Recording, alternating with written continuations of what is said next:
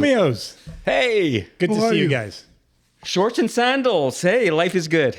Life is great. Absolutely. Sure is. That voice. Yeah, it's either allergies or a terrible cold. Oh, I thought it was your sexy voice. That too. Okay. I'll sneeze on one of you and see what happens. So, guys, how are we feeling today? Like I said, it's a nice day. Romeos are back. Everything's good. Do we want to take a second or two to thank the many viewers who have been joining us on a Oh, weekly basis? absolutely, viewers. Thank you very much. I hope we can keep this going, and we really are grateful for tuning in. All right. And Nuran, anything you want to say to our wonderful viewers? Well, I'm just glad I'm back. I was gone for a little bit on a little trip, so I'm glad to be back and amongst the Romeos. Missed you guys. So Well, life is a trip. Anyway, I want to take this opportunity to thank everyone as well and remind you that we love likes. So please don't hesitate to let us know what you think. And we also love subscribers. And we'd love to get the count up. So please subscribe. Hit that button. That's begging, groveling. yeah, that's it. Yeah. We become millennials now. Is that it, or Gen Oh, my Z? gosh. Oh, well. Please like us. Please. Boomers who act like millennials and Zs. Interesting. So, guys, lots of conversations these days around the topic of immigration. And I would go so far as to say that many are expressing concern with immigration policies in various countries, particularly in the Western Hemisphere. I thought might be an interesting topic for us to tackle today.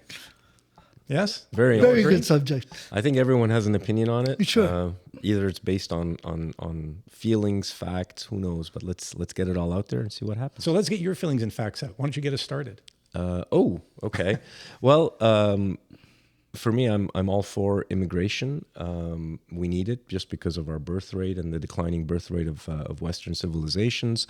I think it's 2.2 or 2.5 kids per family that needs to happen on a statistical basis so that we can replenish our population. We're far below that. Japan and Korea, South Korea are probably a lot worse, but we're catching up in terms of the low birth rate. And without immigration, we're not going to have an economy in 20, 30 years. So it's just numbers and facts. Now, when it comes to how you deal with immigrants, how you assimilate, how you allow people to be in a melting pot like the US versus a culturally diverse country like Canada, and what that means to us from a cultural perspective and from an evolution perspective as a country, these are the things, these are the small factors or the details that we have to delve into, because immigration is necessary. How you do immigration and how you do it right is the problem, or is the question we need to answer. Fair enough. So you made the comment about the importance of immigration vis-a-vis the economy. Can we spend a moment just talking about why immigration is so important to a vibrant economy? Well, talent, but of course, replenishing our workforce. I mean, we know one of the realities is that right now we have severe labor shortages in most Western economies. It's a numbers. But it's feeding on itself. Immigration is a necessary evil. There's no question about it. But it feeds on itself because the strain on resources, it does. It does feed on itself. that's What resources specifically? Well, healthcare, and for government services. But do we agree that if it's truly a vibrant economy, it shouldn't be that taxing on resources? In other words, we should see a growth or evolution in the quantity and quality of services in order to match the population growth. We've seen that it's the opposite. But is that more a reflation of That's a what Nuran policy touched on in terms of some of the policies that are in place? Exactly. I agree 100%. Immigration should be there. It's essential. Yeah. But it has to be with the right controls and so on and so forth. Now they're just coming in. We can't. And guys, we also have to make a difference or look at the difference between refugees and immigration policy of a country. Irregular, Right. yeah. Because we can't mix the two together. There's going to be a certain amount of refugees coming to first world countries, for all sorts of reasons. And that's a bucket that needs to be talked about separately. And you shouldn't, put that into the immigration bucket, in my view. Well, it is. Well, I think it has to be Yeah, it factored has in to be, because when Dominic makes a comment about the strain on resources, for sure, if and I think, look, disagree if you like. I think that for the most part, there's a humanitarian component to immigration that deals with refugees that is required, right? You have to concern yourself with the well-being of people who are living or struggling in regions of the world where it's just, it's not sustainable. Yeah, agreed. Right? But there's a balance in terms of the policy because of the resources. So Dominic's point, 100%. If you know that a refugee base or a percentage of refugees, so as a country, you say, okay, I'm going to accept 50,000, 100,000, 1 million refugees because my country has the wealth and the ability to bring them in and to take care of them, right? But you have to know what that number is, and you have to have that number as a basis of your entire immigration policy, which is, I think, what you guys were saying as well, because you have finite resources. Right? So that's an important component of it. I think that you touched on something earlier, which is also vitally important, and that's how, as part of your immigration policies and practices, you integrate newcomers to a country into that country, culturally and otherwise. And that doesn't mean that, we should prevent people from carrying on with some of their cultural traditions and so on. But fundamentally, if you're coming to a country, at least in my view, you have to adopt many of the beliefs and practices that are prevalent in that particular country. Yeah, there's also an international law that plays into this as well, and we're all signatories. Most of the Western world are signatories to the UN Convention on Refugees. That we should get out of. That's another conversation, but the fact of the matter is, nobody's talking about tearing it up. That is a legal treaty that we are all we have to abide by. The other issue is so that there's you have to take into account our legal obligations, but the other issue also is in terms of fair sharing the load of refugees. It's very, very unbalanced. There's countries that are not doing their part, and there's other countries that are doing, in the countries with a very, very minimum means, that are taking in a lot more refugees and doing a lot more to address the problem. So those are issues as well. But that's a problem of geography, right? Canada doesn't have a border with a country that wants to flow into it. We've got oceans on 3 other sides. So any refugee that comes in here has to either come by plane or by foot through some crossing through the U.S. So we have a lot easier time managing, or we have the opportunity to have an easier time to manage our refugees. We don't, but that's a decision. That's a policy decision, right? So Yeah, look, I don't want to change the subject. I think that part of what I was going to react to Aki's comment by saying you can say that about NATO and other. I was going to make the same comment, things, actually. Right? Absolutely. And so the fundamental reason is that there are no real consequences, or there haven't been any consequences for those countries that choose not to abide by the rules. Yep, right. And I would add another element, and I know this is going to be controversial. Immigrants or migrants, we should be able to have standards. If somebody's sick, he shouldn't be coming here. I shouldn't. If he's got, Well, you say sick, so. Well, if he's got a disease, it's. But which disease? And what's the severity of it? Well, How diseases taxing is that tax on our system. What if that individual is part of a broader family that is being considered? Tough. That's a tough one. It is a tough one, but we need to do that. I think there's a broader issue with, and again, I may not use the right term, but a vetting process. So I don't want to boil it down to whether an individual is sick or not. I think that there are a number of criteria that should go into whether or not a country accepts people in, whether it's for humanitarian reasons or for other reasons. We need to do a better job. And so, and look, we're not here to talk about what steps should be taken to revamp immigration policies and practices, but there are some obvious areas where we and other countries are falling far short of the mark, right? So guys, if I can ask the question, just in terms of the difference between the US model and the Canadian model, in terms of how they accept immigrants into the country and how they assimilate versus not. I mean, Canada is not a melting pot. Canada encourages people to keep their identity. And we have in my view, that also aids in the ghettoization of populations. Yes. And I don't think that's the best way to deal with something. I agree that if you decide to come to a Western country, that you should, pretty much adopt not everything. You have to keep your identity, and but at the same time, you do have to adopt Western ways. You shouldn't be beating up your kids for wearing whatever. Well, but there's a difference. So I'm listening to you and I'm thinking, first and foremost, you seem to be referring to laws. And that to me is non-negotiable. If you move to a country... Norms as well as laws. I'm not just talking about laws. But norms are a shade of gray.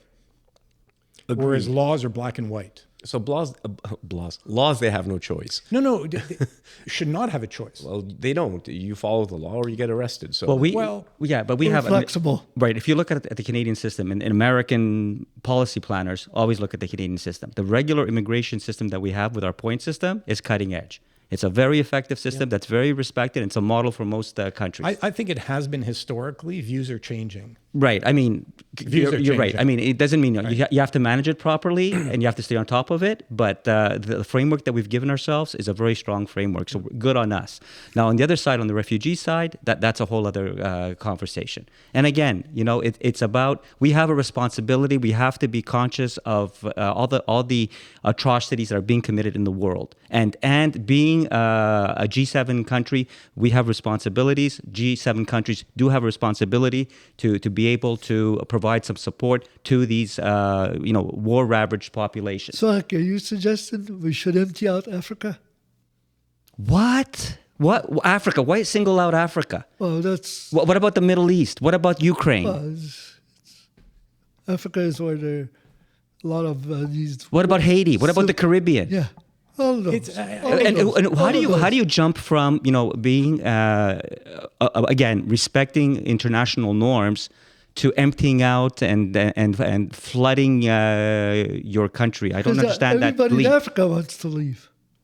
No, everybody in Africa doesn't want to leave. Well, I mean, you're generalizing, Don. no, but a lot of them. No, come on. That's a caricaturization of the situation. People who want to leave, let's take South America.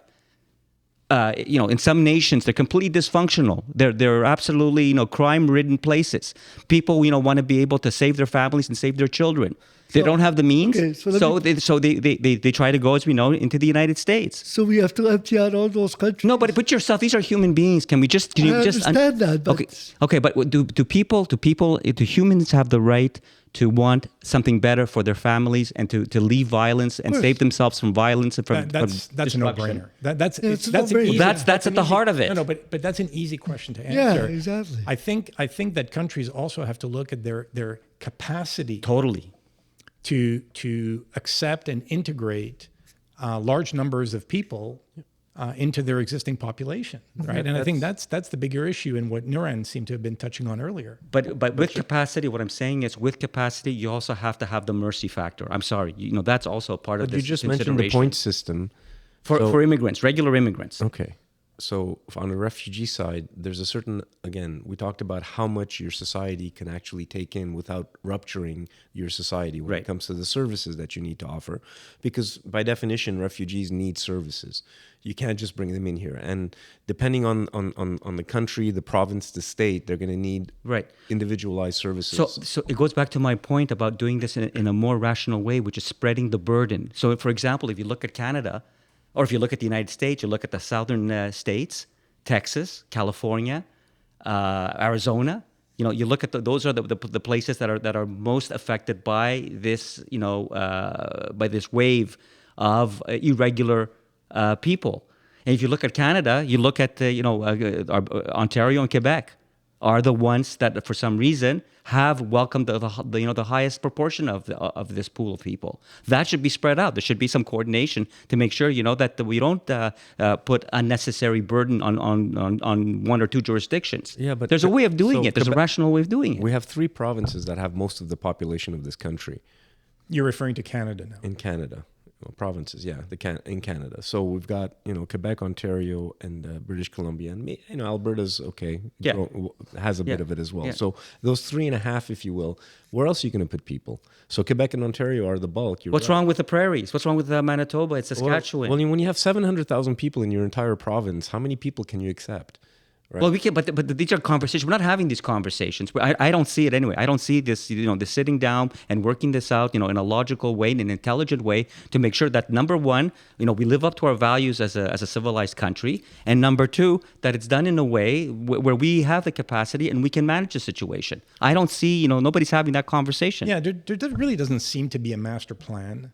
There certainly doesn't seem to be the level of detail that we need to get to in order to ensure that we identify what the needs are, and whether we're talking about Canada province by province or the U.S. state by state, so that we can try and achieve an equitable balance. There's an issue with the levels of government, right? So immigration is a federal jurisdiction, but all of the services that need to be offered are provincially based. That's the thing. So the reason why we don't have, maybe one of the reasons, I shouldn't say the reason, but maybe one of the reasons is because of the split in jurisdictions.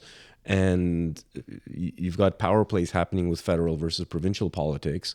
And somehow, things get to a head when... Yeah, that's not limited to immigration, of course.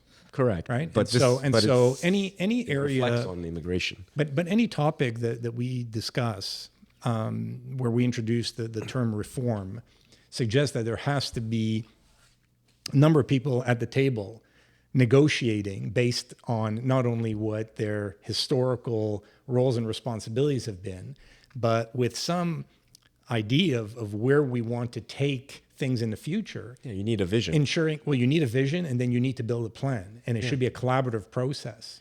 Right? What you're describing is the right way to do it. And so long as we're only really focused on our self-interest, we're not going to make any significant inroads. We're not going to make any progress.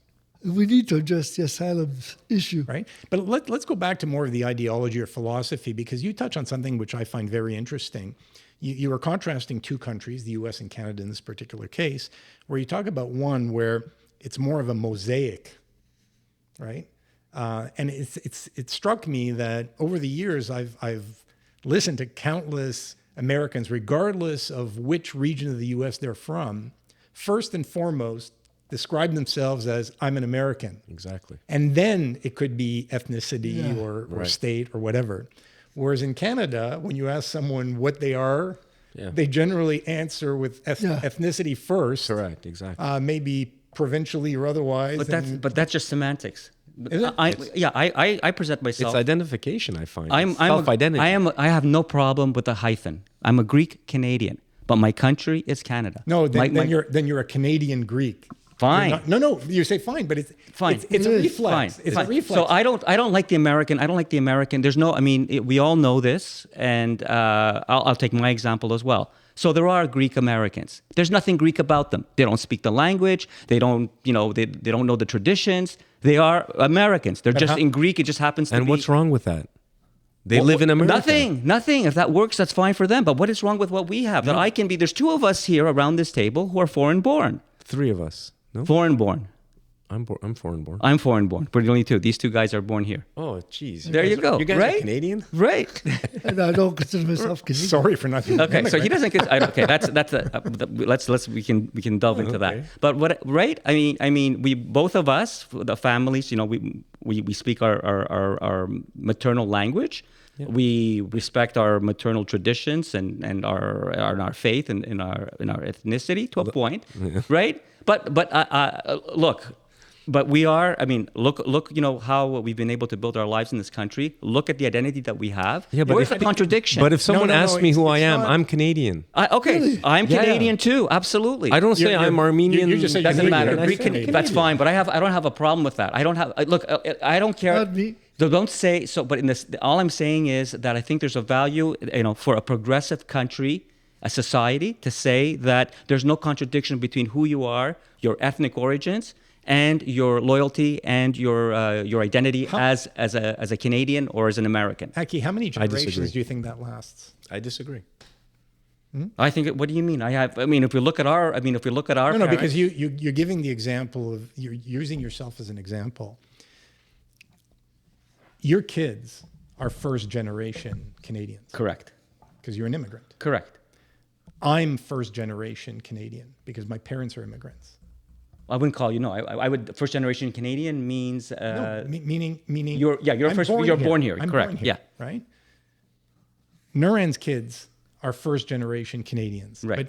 But he's not. No, neither am I. So Nur and I Right? are in that position. And we've already identified that Dominic is, but doesn't consider himself Right, as such. right. But the point I'm trying to get to. So you identify as an immigrant? No, I'm an Italian. Sorry, I just. Okay, guys, we'll come back. Yeah, we'll come to that. Let him finish this There's point. some humor in it, but there's some seriousness to Right. it as well. Yeah, exactly. So what I'm thinking of listening to you is projecting 3-4 generations out. Is the sentiment the same? And I would venture to guess that it's not. Oh, you're probably right. Probably, yeah. So, probably the tendency would be. your children's children. I doubt when they are podcasting, I doubt that they will be expressing things the way you do. Absolutely. Probably you're No, right. because But that- that's okay. But Because that's of the okay. dilution. But that's. But So, no. but that, I'm only saying that, Aki, because you use the example of Americans of Greek origin. Right. But what does that mean? If those Americans are 5th generation Americans, Right. I don't think it's realistic to think that they're still going to identify But that's. Greek right, and uphold many of the same traditions as you do. Right, exactly. But what I'm saying is, I like our starting point. I like the Canadian multiculturalism as a model where you can start off. That's what I'm saying. As a starting point, I think it's very progressive. It's it's ahead of the curve. So it's interesting. And Europe, because- Europe, and Europeans are looking always to Canada. How come multiculturalism works well? We're the only country that has it as an official policy, and it does work. What does that mean? I Of course, it means we defined it. What it means, it What means was- you can be your ethnic identity, but also be a full-fledged citizen of your home country. But that happens organically. I would say that, well, I want to challenge that because I would say that until probably 4 or 5 years ago, I would have strongly agreed with your statement. I don't think it's true any longer. I think that we are going through a difficult time. I agree with you. But this is but nobody's standing up. Who's standing up to talk about this? Reminding people about what the value is of this policy, why it was put in place. Don't forget, we were at a time when there was the tension in Canada between Quebec and the rest of the country, and Quebec was poised to separate from the country. So what did the country do? The country really sat down and looked at, how can we resolve this and make sure that there's a place here for our different communities? And it's not just, it's First Nations, it's our significant immigrant population. That is a legitimate conversation to have. And good on us for winding up, with a progressive, far-seeing policy. I don't think it's that far-seeing. And this is where I differ with you. I think it may have been years ago. I don't think it is any longer. And I think that there are some significant cracks. There are cracks. Right? And I don't see the situation improving anytime soon. I think it's going to worsen significantly before there's any hope of people coming to the table and seriously having serious conversations around reform. Because I see two things that are at odds with one another. Multiculturalism and a growing sense of nationalism. And I think that growing sense of nationalism is increasingly evident in European countries, in North American countries. Isn't it as a reaction to multiculturalism? No. In part. I think so. I think yes. In part. I think it has given those who have always had that ideology Exactly. a voice. Yes, and those who A are loud on the voice. fence, have been able to be swayed into that camp. Increasingly, because many of them, for the first time, are not embracing the benefits of multiculturalism. Yeah, They are threatened to some extent by what they see as this growing wave of multiculturalism, which is perhaps... It's not a growing wave, though. It's not a growing wave. Guys, we also have older population. As the population ages, they become more xenophobic, I would say, in a sense. So I think the aging population, the multiculturalism, a lot of the crap we're seeing on social media and on news. Every time there's a stabbing, it's someone, origin of someone that was born someplace else or whatever. So all of this stuff gets hyped up. Older people are stereotypes. Older people are, generally more scared of physical safety than others. So, But it's a double-edged sword, right? And again, this may not be a popular view, But I think that the danger with stereotypes is two-sided, right? For sure, you don't want to take anecdotal situations and generalize to a group of people. At the same time as when there are some trends that are evident, undeniable, that involve people of a certain background, it shouldn't be ignored just because it's taboo to talk about stereotypes. Yeah, agreed. Right? Facts are facts. You need to stick to facts. And if the facts point to a certain demographic that's problematic, then deal with it. So, I mean, if you look at Europe, to your point, yes, nationalism has always been in their DNA. And we have seen in history, throughout history, we have seen what it has done. So now it's cropping up again, because there was a time when more reasonable voices were making the case for multiculturalism, but it was always a struggle. At the best of times in Europe, it was always a struggle. To our credit, in Canada, we embraced it more easily. So guys, let's stop pussyfooting around this stuff, Canada right? It's a country of immigration, so we had no choice. Yeah, but we're pussyfooting around The UK is a country of immigration. Hang on, guys. I mean, the reason Europe is at arms, let's be clear about it. It's not because Spanish people don't want French people to come in, or the UK doesn't want Germans to come in. It's about people that are not European. Okay. It's about people that are of color, and it's of people that have another religion to the European Christian religion. So it's about Muslims, and it's about people that of color. And it's also about That's what it's about. And it's also about who's going to do the menial work, who's going to do those miserable jobs that the locals don't want to do. Take Germany as an example, right? And we all know this: Germany and their Turkish citizens. Yes. Right. I'm not even citizens, because the point was Germany up until the 80s. Turks were working in German factories, essential contributors to Germany's output and economic growth. Those Turkish people were not entitled to German citizenship. Even Turkish children born in Germany were not entitled to German citizenship. So what kind of a message does that send in terms of social cohesion, in terms of fostering a loyalty to Germany? It was garbage. No, but it was garbage in your opinion. Exactly. But this is a policy. I'm sure that the people who put the policy in place did so for a reason. You may not agree with that reason. So let's explore that. So what would the reason be? So you have people who are living amongst you. We do that in Canada. We have people that are coming from Honduras to pick our strawberries that come in. Not the same. I'm talking about mainstream. I'm talking about the example that I'm giving you is this is a population that was in the mainstream of German life, in the mainstream of the German economy, and major contributors to the German economy. Right, critical contributors. And then Angela Merkel takes a million. Before Angela Merkel. Well, I'm just talking about an example about multiculturalism. Why I'm making the case for multiculturalism. Here's Things an alternative changed under Merkel. Right. Dramatically. Here's the alternative to multiculturalism. Here's a European example of where multiculturalism was rejected. And I'm saying to you. And what happened? Yeah. What has that fostered? They had to soften that policy. And finally, if you're a Turkish immigrant born in Germany, like in most civilized countries, you're entitled to German citizenship. But what the heck? Why did it take so long? And why was that not self-evident from the get-go?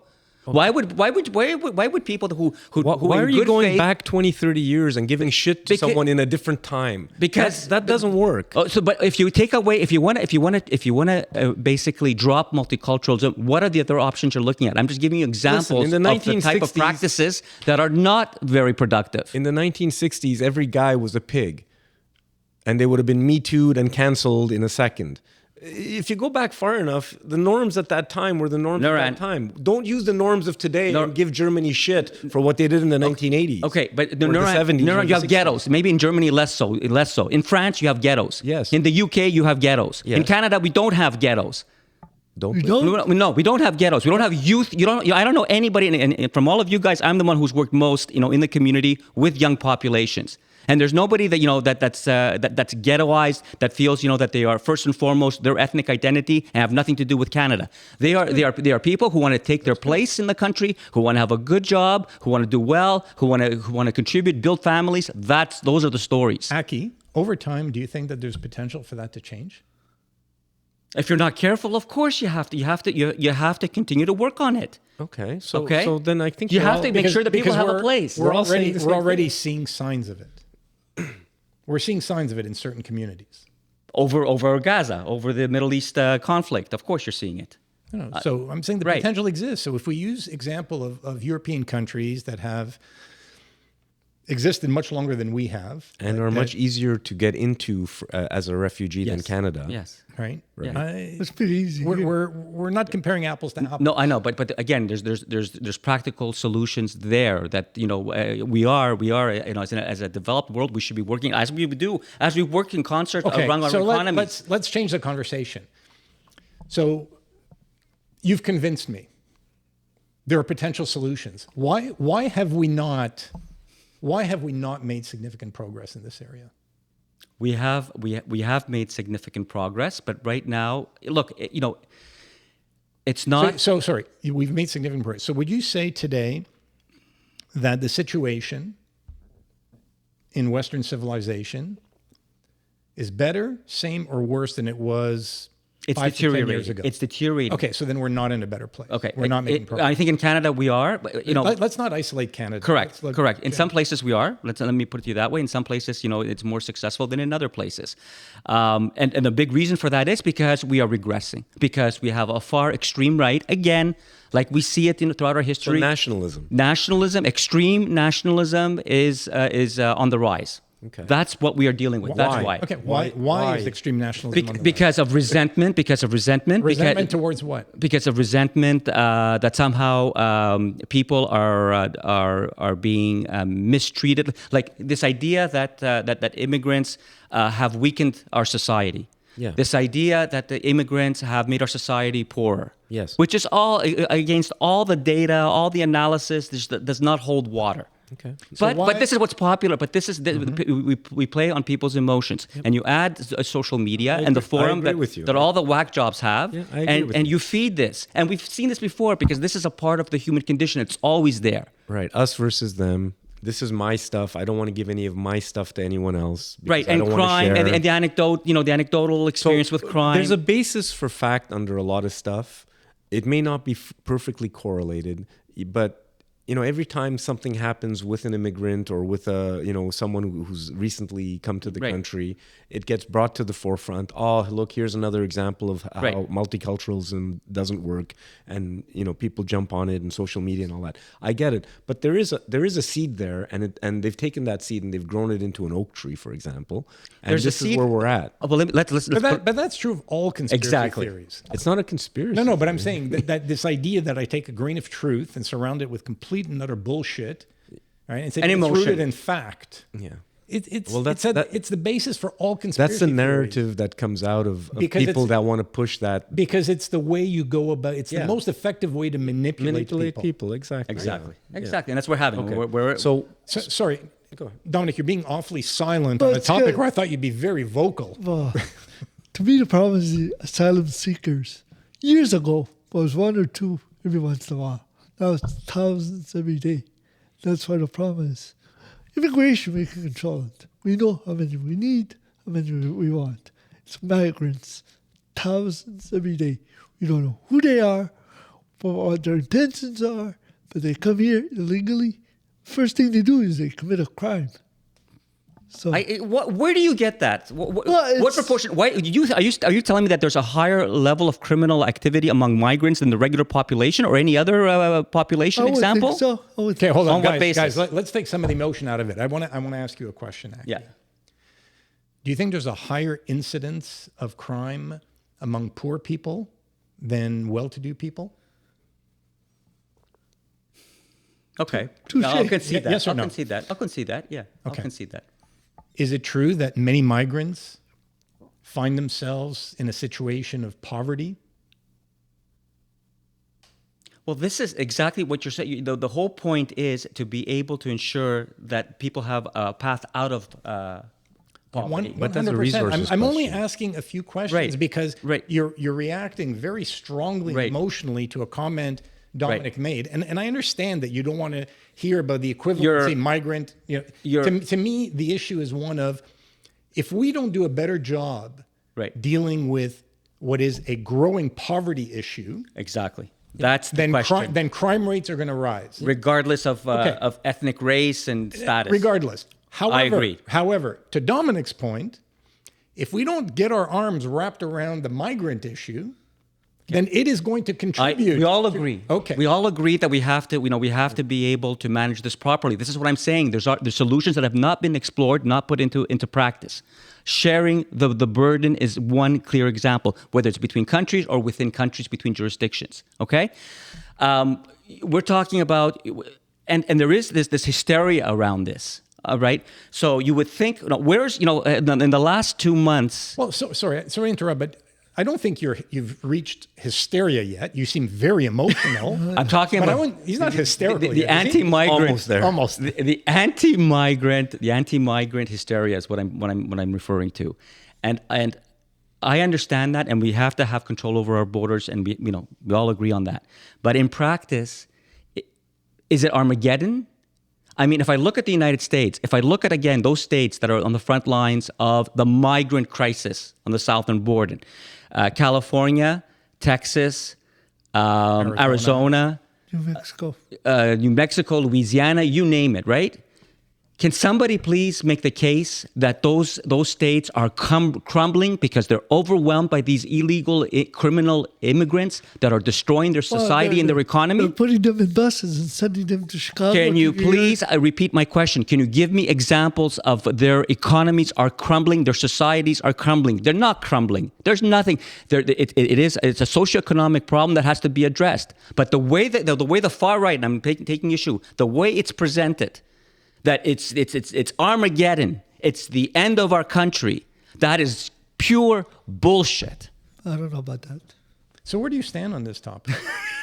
Some would argue, looking at various regions of California, for example, that the situation has deteriorated to the point where not only is it severe, but it has the potential to become a major societal issue. Yeah. I think there's Places they're mixing like Los Angeles, right, San but they're mixing Francisco. also the homeless into that, which is not just about migrants. And of course, it's not. But It all feeds the migrant into it. It all issue, feeds into it. the migrant issue is aggravating what is already a serious issue. So if you were to take the politics out of it, the idea of the busing of migrants that the Republican southern state governors are doing, take the politics out of it. Have a civilized conversation. Again, that makes sense to be able to share the load of accepting these people and managing the situation. And the other reality is the vast majority that do claim for refugee status get refused. That's a fact. And that's also a cost. which is why people aren't claiming.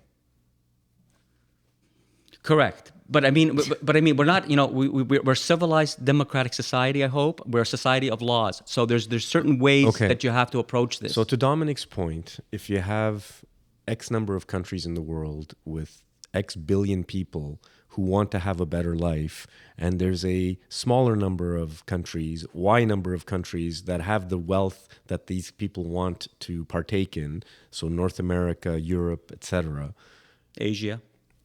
Yeah, but Asians don't really take any people into Well, their there you countries. go. There you go. I mean, Okay, so let's put that aside for a second. The point is you've got Europe and North America as the target countries that people want to go to. And there's, 8 or 10 times the population that want to come in than the populations that are already there. More than that. How do you deal with that? How do you deal with that when everyone wants to come to the States because the roads are paved with gold, or come to Canada because we've got great social programs, free university, and whatever? There's no easy fixes to this. Number one is in terms of international development. But that was his point to begin with. So it's not an easy fix. No, but There's always going to be don't people demonize people who are escaping violence and poverty. Right. So they're fine. There's a difference between demonizing people and opening the floodgates because you feel sorry for people. So I think that, like many things, and it may not be a popular view, I think that first and foremost you have to consider the economic impact. Well, it's part of the assimilation. But- It's but I part think- of being but- able to accept people into the first- country. What I'm saying is I That's agree. the first for me, criteria. it's the first issue that Should has to be be. dealt with. Has It's to be. economic impact. Yeah. Then there's a security impact, right? And again, I'm not looking at and making general statements, but what you don't want is to create a situation where your existing population feels threatened. There's a lot of education required, a lot of communications required in order to ensure that as government makes decisions and acts on them, it's keeping the broader population well informed of what it's doing, why it's doing it, and what the impact of those decisions And a is going shared to be, responsibility. right? Yeah. And engage the broader population. But there's a humanitarian. I don't see that being done actively. I would agree with your points, except you're omitting a very key one: humanitarian consideration as well. No, I'm not omitting it. It has I'm to be saying within the that confines if you of what he said. cannot, if you cannot act on humanitarian reasons in a way that your economy, Can manage it. Yeah. right? Well, Exactly. then you're not. Then you have no business considering yourself to be a developed nation. Well, no, the reason you're developed is because you have an economic Exactly. foundation If that you- you want to The keep. reason you're developed is because you're able to live up to all of your values, including prosperity, including humanitarianism. Okay, tomorrow we let in 5 million immigrants and Canada becomes a shithole. Because we can't manage all these people. We can't manage our funds. We don't have our hospitals devolve into nothing. We're not. We're talking about What happens to Canada? Of course, but you're just making like very simplistic theoretical statements here. No, I'm not making. Well, nobody's talking no. about it. Of course, we have a system. Of course, we have to. So all he's saying is before you accept people, make sure you can pay for it. I know, because but- if you can't, then you don't have the country that you want to have in the first place. Yes, I know. I recognize that, but I mean that is So you're also, saying screw it, take them in anyway? I'm not saying screw it. I'm saying that that's not enough. You have to be able to weigh everything. You have to. What if you can't afford it? Who cannot afford it? Who in the G7 cannot afford to take in migrants? Are we running deficits Yeah. in our country? That's nothing to do with migrants. Hang on. Are we running deficits? What does that have to do with the immigration problem or refugees? Aki, take What does that have to do with refugees? Aki, can I suggest you take Dollars. a chill pill? Chill Yeah, pill. how much of the federal government budget is dedicated to refugee services? So for every tranche of spending, if you make that argument, then we're just going to keep spending until there's well, nothing left. then you make this argument. Then you can conclude that absolutely we don't have the capacity. That we have a advance- certain capacity. Let's not exceed that define capacity. it. So define it. Well, as a country, we need to know how much we can spend economically. So what's the number? I don't have that number, but the governments should ascertain that number and stick to that fucking number and not take one person more if we can't Exactly. afford it. That's what he's saying. That's Yeah. what I'm saying. Hold on, and hold I on. think that's what you're Well, saying. that's what I'm saying, but let's take it one step further. Okay. The additional step is the people I'm bringing in, and whether it's for humanitarian reasons or for other reasons, what processes am I putting in place to ensure that over X period of time, that they're these successful. individuals become net positive contributors to the economy as opposed to a drain on the economy? Super. Right? Perfect. And I would tell you that over the long run, or if you look at 5 years to 10 years, these people, for the most part, are not a drain to the I economy. agree, but and let's they're follow contributors up. to the economy. Yeah, but wouldn't it be nice Yes. to have Now, statistics? again, wait a second. I'm going to challenge that. Yeah. If you're looking at a view of post World War II to 2010, 2015, I'm 100% in agreement with you. Yeah, I'm not talking about that. No, but I'm talking about the past 5 to 10 years because that's the current trend line. Okay. Not what occurred previously. Okay, so let me give you. I think that a lot of the policies and practices that you're referring to served Canada and certain other countries extremely well for the better part of, I'm going to say, half a century or more. But those same policies and practices have failed those same countries in the last 5+ years. Totally agree. And we don't seem to be doing anything to correct the So situation. in what way? That's my so please concern. give me examples of the failures that you're referring to. Which countries have failed because of the influx of migrants in the Western world, so in the G7? It's not just countries holistically. It's looking at the impact. So I would argue that we talked about Angela Merkel's practice, and to me, she was one of the most respected leaders in the world. But I think that was the one major blunder she made, opening the floodgates, and that had a very significant impact. But they've on recovered Germany. from that. They haven't fully recovered from it. No, I think they haven't. have. Well, you think they have? Economic data suggests otherwise. Other European countries are suffering. North American countries are suffering. Right. Nuren made the point about the debt load being carried. And it's not the sole contributing factor. I'm not saying that that's the reason why countries find themselves in a hot mess currently, but it is a contributing factor.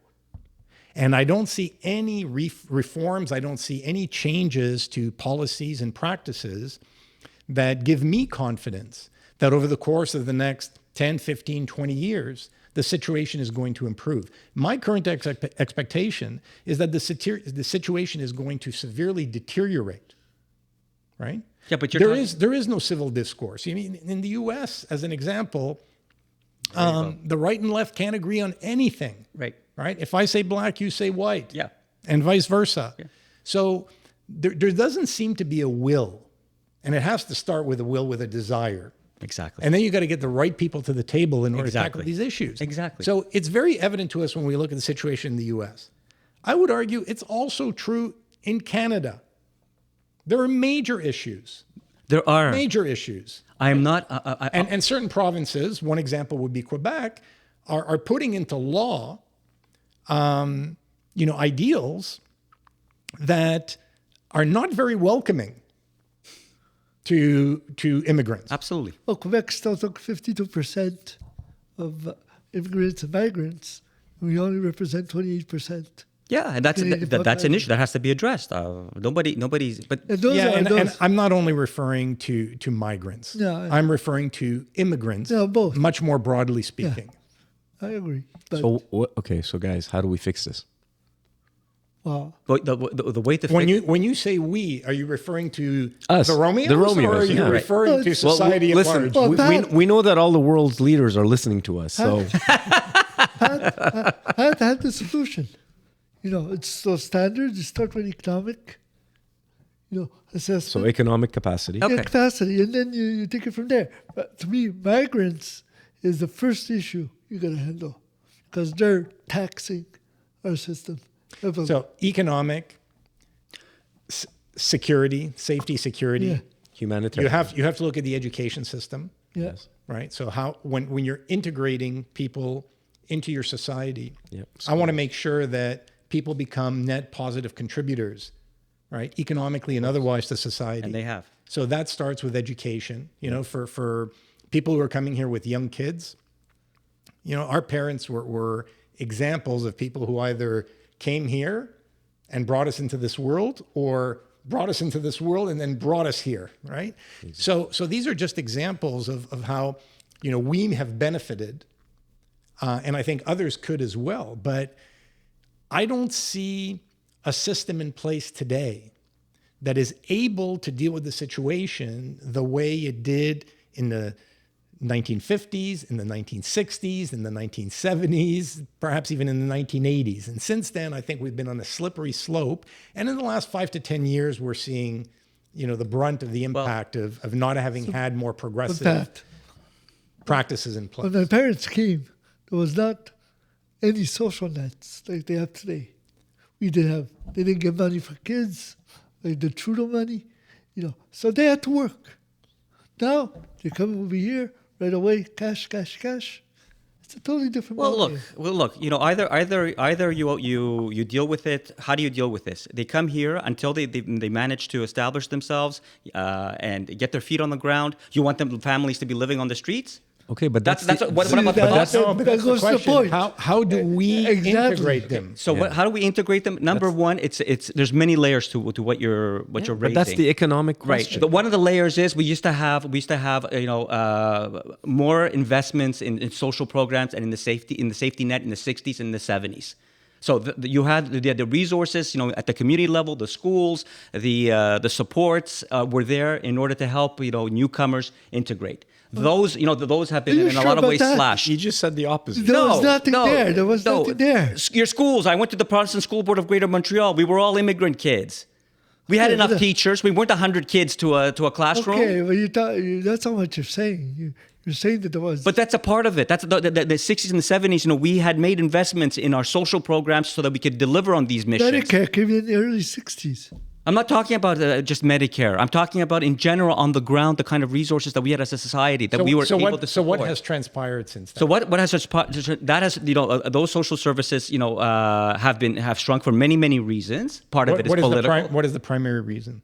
Or what are the few? Well, a government indebted government. Okay, so in other words, we put social programs in place that we probably could not afford, and over time, the debt load got such. How do you measure what it's because it's not just the cost? That's the only measure of whether you can afford it or not. If you are solving and preventing like social malaise, and if you're preventing people being impoverished and winding up in your hospitals and in your institutions all the time, those are tremendous costs, or in your legal system, those are a tremendous cost to society. Okay, so we're getting back to efficient government discussion that we had multiple weeks ago. Episode 2, folks. yeah, exactly. There has to be a benefit. There has to be a net benefit. I'm not saying it has to be immediate. We don't even have, over time, there has to be a net benefit. Okay, first of all, I just want to make this one statement, okay? You want to look at, so the United States, do we agree they have a migrant problem?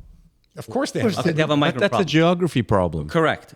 The United States economically is by far, we all agree, the premier economic power right now in the world. Correct. Well, so how do you reconcile the two? Wait a second. Again, you accuse others of using overly simplistic That's arguments. the most simplistic thing. How many people currently in the United States of America are struggling to deal with inflationary pricing? Right. What does that have to do with because the migrant problem? Of course, because you're using an argument that is flawed. America is on solid economic footing in relation to other countries which have done a piss-poor job of managing their economies going into and coming out of the pandemic. So congratulations, Joe Biden. The U.S. has, I'm not going that far, the U.S. has done a relatively good job of it and has many advantages that other countries don't have. From there to leap to the fact that America's in fantastic economic shape is just, it's a flawed statement. No, but I mean, but it is by far the most solid economy right now in the world. Which tells you how bad the situation is elsewhere around the world. All right. Well, but guys, remember last year when we took in, I don't know how many, like 1.1 million migrants or immigrants into this country. And when you did the math, it came out to like 11 million or 12 million people that would have gone into the U.S. Well, the U.S. didn't accept 11, 12 million. And so from a per capita perspective, we completely overshot the most successful and the best economy on the planet. And that was good for us. So the comments that we're making around the table is immigration is not bad. It's necessary. Okay. But let's just do it in a way that we can afford it and we can sustain it and we can integrate the people so that they can now become a good part of our society. Productive members of society. Right. Net contributors, net positive contributors. As quickly as possible. And that's all we're saying. Correct. We're not saying turn a blind eye. We hate immigrants. We don't want people that don't over look to like Dom us. on that point. Well, what are we saying? Dominic's a little bit right. There you go. When it comes to that. And okay. That's all fine. Right. Okay. We all have our opinions. Look, you're balancing. But what I'm putting on the table, I'm saying I'm giving credit to our multiculturalism policy. Our multiculturalism policy has always positioned us. Yeah, but did we do well last year when we took 1.1 million people? Again, you have to manage this. This is not. But that's all we're saying. You can't put the country on autopilot. You can't put these important policies and programs on autopilot. That's all we're saying. But nobody you need to manage it. But what we are hearing is in too many quarters, there is a backlash against multiculturalism, and there is a criticism of multiculturalism. Whoa, Charlie. Different topics. So, what I hear consensus around the table is immigration isn't only desirable, it's necessary.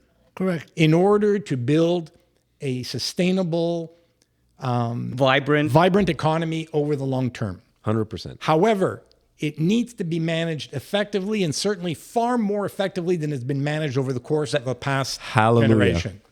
Okay? We agree. That's one topic. We all agree. We agree. We need reforms in that area. Correct. We do. Multiculturalism, related but somewhat different topic. Is multiculturalism good or bad? Okay, so multiculturalism, I go back to your main argument, a very legitimate argument that you're presenting, which is our purpose should be, if we're going to be a strong country and a strong society, we have to make sure that newcomers, be they immigrants or be they migrants, that they integrate, that they're able to integrate and do well in the society, that they integrate, right? This is what the crux of your argument. Multiculturalism, my response to you, is the way you do that, the strategy that enables you to ensure that people are integrated and they become full, productive members of your country and your society. Okay, you've lost me. I don't understand how multiculturalism is a strategy. Neither do I. Of course, it's a strategy. Of course, I get it. No, I get it. Thank you. I understand. Thank I understand you. what he's saying. You're clearly brighter than I am. Okay, no, it's like, not. Explain it to me. It's a way to integrate people without making them shell shocked that they've come to a new country. It's a way to slowly To build integrate. Because what's going to happen, to your point earlier, is the generation +1, +2, +3 generations are going to integrate anyway. Correct. So instead of slapping a new migrant or a new refugee in here and saying, Or an immigrant. or any immigrant coming in here and saying, okay, forget about your past, all the stuff that you did. Now you have to be fully Canadian, like they do in the States, that they pressure folks in the States. I think it's a good strategy to let people retain their Italianness, their Greekness, and so on. Yeah, okay. We can I don't think it's a strategy. I think people are going to do that Yeah, regardless. exactly. It's Well, organic. it's a strategy in the sense that you're not trying to stamp it down or stamp it out. Okay, not the but there are elements. Again, I'm going to play devil. There are elements that have to be stamped out because there are people who come to from one country to another, who will move from one country to another with a set of beliefs, traditions, Okay, and laws are values. laws. We talked about this Okay, earlier. no. So then, don't talk to me about multiculturalism as a strategy. It is, as long as Multiculturalism- laws are being followed. I don't think it's that simple. Well, it is, because if a law is not being followed, then they will be arrested. They should be arrested. Now, as long as you're following No, the but laws I'd of like the to see a country- strategy that prevents some of this. So part of the strategy needs to involve a vetting process that helps ensure that we don't allow as many people as we've been allowing into certain countries. That's a different discussion, though.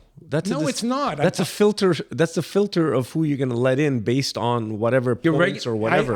Part of your strategy Once has to they're in. involve the process through which you're integrating people into your society. Well, his comment, and I kind of agree with it, is you can be less top heavy in terms of taking away their identity, stripping away their identity immediately. And I kind of agree with that. I don't think that's ever been an issue. Well, I don't that's see all where- he's saying. That's all. That's No, no, but but- that's at the heart of it. That's not at the heart of it. That's multiculturalism. never been an issue. Well, then what are we arguing about? When your parents came here, were they told you've got to leave this at the border? Like you're not No, allowed but- bringing these. but But Canada- that's multiculturalism at work. That's exactly what he's saying. I agree. I don't see the fault, no, but that- fault in the logic. It's not a fault in the logic. That's not a strategy. It's not a strategy. Well, isn't it a strategy when people have every opportunity? Okay, let's not call it a strategy, To be supported as they become Canadians. If we give the Canadian example, Okay, let's not call it a strategy. Let's just call it the way that we integrate people. Is less top heavy in terms of, hey, you shouldn't be speaking your own language. Hey, you shouldn't celebrate your Greek I'm pride. Sorry, that's isolated. Name me more than one state or province in all of North America where the language laws prevent you from speaking your native tongue. Name more than one. well, if you're an English speaker in Quebec, that's an obvious one. No, we're doing it right now. No, that's one. That's one. No, we're Name doing it more right than now. one. Nobody preventing. I don't think we're arguing. All we're saying is that his point on multiculturalism is, I think, a good way to integrate people. And I don't think you're arguing. But that it's fact. not a No, government I'm strategy. saying to me it's a non-issue because if anything, so it's a non-issue. We've never made that a condition. Exactly. But that's exactly the reason why we haven't made it a condition is because we consciously said this is not the best way My of point is welcoming newcomers. the current approach is failing. Yeah, but it's not So for that reason. let's not look at what's not part of the problem. Let's look at what is part of the problem. Well, the economics are part of the problem. no, but economics. Why are economics part of the problem? because we can't afford them. So I don't want to hear about. Let's not change this because no. What do we need to change in order to better integrate people into our society? Well, multiculturalism has nothing to do with it, in my view. It has nothing to do. Well, multiculturalism has everything to do with it. No, it has nothing to do with the fact that it's failing or succeeding, or sorry, that it's failing. Okay. That's all I'm saying. I don't think that has anything to do with it. I think the economics have everything to do with it. I think the resource issues have everything to do with it. The fact that someone can, can keep his identity, keep his turban on, the women can cover their hair or whatever. That's not changing anything. That I agree with. But that's So I think that's why a we're in principle. agreement. I don't think we're arguing anymore. It's like we're trying to pick each other's, little points. It's a apart. policy. You don't want to call it a strategy. It's a policy. It's a policy that says that. But it has nothing to do with the success or failure of immigration, as far as I'm concerned. With the failure of immigration. Yeah, but people are going to do it anyways. An Indian that comes over here, he's going to stick around with his own group, go to his house of worship. Yeah, exactly. They do it. It's organic. Yeah, but he's going to believe in democracy. He's going to believe in a federation. He's going to believe in the Canadian Constitution. Whoa, he's going to you're make going sure. too far now. Whoa. Of course. No, when you say he or she is going to, This or is should? because it doesn't happen in a vacuum. People, new arrivals. I'm talking about the main you immigrants. lost me there. You lost me. When you're an immigrant and you come to Canada, you're educated about Canadian society. What are the values of Canadian society? What is the system of government in Canada? What the voting means? Your rights, the Charter of Rights and Freedoms, the Constitution. What about the Muslims who are asking for Sharia law? Who's asking? How many Muslims are asking for Sharia law? How many? One is too many. Oh, well, one is too many in a democracy. Well, one is too many. Okay. Let's put it this way. On this particular topic, it got no airtime until about 10 years ago. Yeah. Zero. Growing up as an immigrant to this country, Yeah. did you ever have this conversation or hear others having this conversation? Because till about 20 years ago, all the immigrants were European. That's why. No, they weren't. Not all. Well, for the most part. Well, the No, we- Vietnamese boat people. There you go. What are you talking about? Okay, Asians. Look at the European. country as a whole. Of course. It's not just Europeans, Pakistanis, the Vietnamese, But that came Cambodians. That came later. Asians. That came You had later. people from South America. People Chile. from all over the world. Till about the 70s, mid-70s. So what does that mean? Well, No, I'm not looking as far back as the mid 70s. no, but I'm saying as recently as 10 years ago. Exactly. Because the type of immigration, there's no more Italians coming here. There's no more Irish. Why would they? coming They're here. going to freeze their asses here. Exactly. But that's what I mean. The type of immigration changed the last 15, 20 years. No, so it's interesting because so part of what you're describing in terms of allowing people to maintain their beliefs and traditions Their identity. and so on. Their right? native identity. And, I still say, be Canadian. I say, yeah. So it's funny because historically we've always been fine with that. It's never caused any malaise in our society, Now it is. right? You want to go to a place of worship, you want to speak a certain language at home, you want to Nationalism hold is certain what's doing this. So be it. And now, no longer the case. Yeah. Rising nationalism. Hey. No, Canada. because I think that there are certain cultures, or I should say within certain cultures, Yeah, they're taking advantage there of the may situation. be individuals who have extreme views. Yeah, and I've taken advantage of the situation of certain countries. But that- yes. And their belief system overrides everything. Yeah. So it Right, doesn't matter right. where I move. It doesn't matter Right, what their laws right, stipulate. right. My belief system supersedes But- all of that. But they contravene our principles as a country, and they have to be dealt with. Absolutely. How do you deal with that?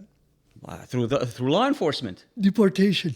Yeah. That, We just finished saying our social systems are all overtaxed. yeah, I know. What are you going to put them? You're going to slap them on the wrist? But we're still a functioning country. We I still have know. a functioning society Listen, and functioning in government. an for God's ideal sakes. world, what Pat is saying is exactly what should happen. In an ideal world, you should know how much, from an economic perspective, you should know how many immigrants and migrants you can take in. In an ideal world, you should know how many services they need to get, how many years it's going to take them to get on their feet, follow up with them to make sure that they're there, make sure that they're not, contravening your laws and so on. No, but you and have then to vet- deport you have them to if vet. they are. Well, deport them. Deport them where? back to their home country. We just did it with the poor the guy, driver, the home poor boat. driver. No, okay. Well, Sorry. I mean, no, yeah, Yeah, I take it back. Let's I take take that it one back. I back. take it back. But the guy who was responsible for that accident, they killed exactly. the Humboldt hockey team. He's just been ordered deported. How many people have you heard that happen to in Canada? Quite a few. And quite a few. Every time there's one, you see it on the news. Oh my God, we're trying to deport But guys, someone. going to you back to you, Pat. So the people that are not